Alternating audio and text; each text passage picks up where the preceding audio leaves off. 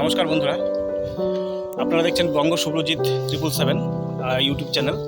তো আমি এসেছি আজ বাগান পরিদর্শনে, পেয়ারা বাগান। এই যে দেখুন পেয়ারাগুলো, এই যে বাগানে এই যে প্রত্যেকটি গাছে পেয়ারা রয়েছে। ক্যামেরাম্যানকে বলবো সামন থেকে দেখাতে।